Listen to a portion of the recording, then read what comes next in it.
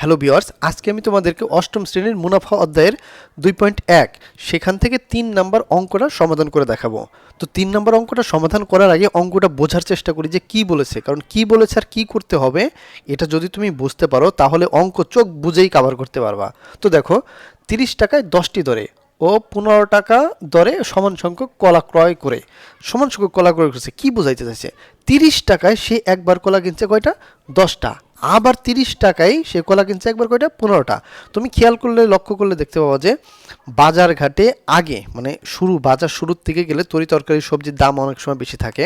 তো তুমি যদি একটু পরে যাও তাহলে এই তরি তরকারি সবজির দাম কিন্তু কম থাকে। তো হইতে পারে এরকম একটা ব্যাপার যে সে এক সময় 30 টাকায় কলা কিনছিল 10টা, আবার এক সময় 30 টাকায় কিনছিল 15টা। সে মোট দুইবার কলা কিনছে, 30 সে 60 টাকা খরচ করছে, কলা কিনতে পারছে মোট হলো 25টা। এলো টোটাল তার কলা। এই কলাগুলো ক্রয় করার পরে সে কি করছে? গড়ে 12টা কলা বিক্রয় করছে 30 টাকা। এই হিসাবে সে কলা বিক্রয় করছে। কলা বিক্রয় করার পরে তারা জিজ্ঞেস করছে শতকরা, তাহলে কেনা থেকে বিক্রয়ের শতকরা কত লাভ বা ক্ষতি হলো। তো তোমাকে যেহেতু সে দুইবারে কলাটা কিনছে, তো এইখান থেকে আগে তোমাকে অ্যাভারেজ বের করতে হবে, মানে গড় বের করতে হবে যে একটা কলা বা দুইটা কলার দাম আসলে কত পড়লো, এবং সেটা থেকে পরে আবার এইখান থেকে দুইটা কলা বা একটা কলার গড়ের সাথে কম্পেয়ার করতে হবে। কম্পেয়ার করার পর তোমাকে এটা শতকরা বের করতে হবে। আচ্ছা, তাহলে আমরা প্রথমে কি করি? আমরা দেখি যে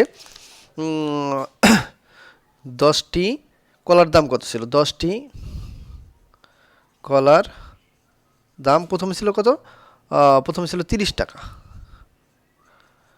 তাহলে একটি কলার দাম কত? একটি কলার দাম ছিল হলো 30 ভাগ 10 টাকা সমান সমান হলো 3 টাকা। আবার এটা হলো প্রথমে যে 30টা, আবার কি করছে? 30 টাকায় কলা কিনছিল 20টা, সরি 15টা। দেখো, আবার কলা কিনছে 30 টাকা হলো 20টা। এইখানে আবার দেখি যে ওইখানে 15টা কলার দাম কিনছিল, 15টি কলার দাম ছিল কত? 30 টাকা। একটি কলার দাম কত? একটি কলার হলো 30 ভাগ 15 সমান সমান হলো 15 দুগুণ 30 টাকা। তাহলে এই দেখো, একবার একটা কলার দাম পড়ছে 3 টাকা, একবার একটা কলার দাম পড়ছে 2 টাকা। তাহলে তুমি যদি বলতে পারো যে 1 যোগ 1 অর্থাৎ দুইটা কলা সমান, সরি 1 যোগ 1 সমান দুইটা কলার দাম করছে কত? 3 যোগ 2 5 টাকা। 5 টাকা, অর্থাৎ সে দুইটা কলা কয় টাকা দিয়ে কিনছে? 5 টাকা। এখন আমরা এখানে দেখি যে দুইটা কলার দাম যদি 5 টাকা হয় তাহলে সে বিক্রয় করছে কত? এখন আমরা সেইখানে বিক্রয় মূল্য দেখব যে কত বিক্রি করছে? 30 টাকায়। তাহলে হলো আমরা যদি লিখি যে 12টি কলার দাম হলো 12টি কলার দাম কত? 30 টাকা। একটি কলার দাম হলো 30 ভাগ হলো 12 টাকা। সুতরাং হলো কয়টা কলা? দুইটা কলার দাম। আমরা দুইটা কলার সাথে কম্পেয়ার করবো যে কয়টা কলা? দুইটি কলার দাম, তাহলে 30 গুণ 2 ভাগ হলো 12। তাহলে যদি দেখি আমরা 2 1 2 6 2 12 6 5 6 30। তাহলে এইখানেও দেখো দুইটি কলার বিক্রয় মূল্য গড়ে সে 5 টাকা করে বিক্রয় করছে। তাহলে যদি সে কেনে, এই যে দেখো আমরা এইখানে যোগ করেছিলাম 1 যোগ 1, দুইটা কলার ক্রয় মূল্য ছিল, তাহলে 3 আর 2 5 টাকা।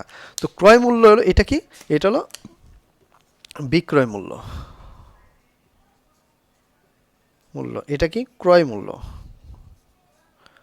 তো আমরা দেখতে পাচ্ছি যে ক্রয় মূল্য আর বিক্রয় মূল্য সমান, কারণ সেই অ্যাভারেজে যে একবার 10 টাকায় কিনছিল 3টা, সেইখানে একটা কলার দাম ছিল 3 টাকা। আবার সে 15 টাকা 30 টাকায় কিনছিল 15টা, সেইখানে একটা কলার দাম ছিল 2 টাকা। তো একটা করে দুইটা কলার দাম কত? 3 আর 2 5 টাকা। তার মানে একটা কলা দুইটা কলার দাম কত? 5 টাকা ছিল, সেই হিসাবে কিনছে। আর সে যখন বিক্রয় করছে, গড়ে বিক্রয় করছে 12টি কলার দাম 30 টাকা। তো 12টি কলার দাম যদি 30 টাকা করে, একটির দাম কত? আর দুইটি কলা, যেহেতু আমরা দুইটির কলার গড় মূল্য বের করলাম যে ক্রয় কত করে কিনছে, সেইখানে আমরা দুইটি কলার বিক্রয় মূল্য বের করলাম। দেখো, দুইটি কলার বিক্রয় মূল্য 5। তাহলে এখানে কি? ক্রয় মূল্য আর বিক্রয় মূল্য, ক্রয় মূল্য সমান সমান বিক্রয় মূল্য। তাহলে যদি দুইটা একই হয় তাহলে তোমার এখানে কোনো লাভ বা লস কোনো কিছু হবে না, কারণ ক্রয় মূল্য বিক্রয় মূল্য দুইটাই সমান। তো আশা করছি তুমি ইজিলি অঙ্কটা বুঝতে পারছো। তারপর যদি না বোঝো অবশ্যই কমেন্ট বক্সে জানাও। তো দেখা হচ্ছে পরবর্তী একটা অঙ্ক নিয়ে। বাই।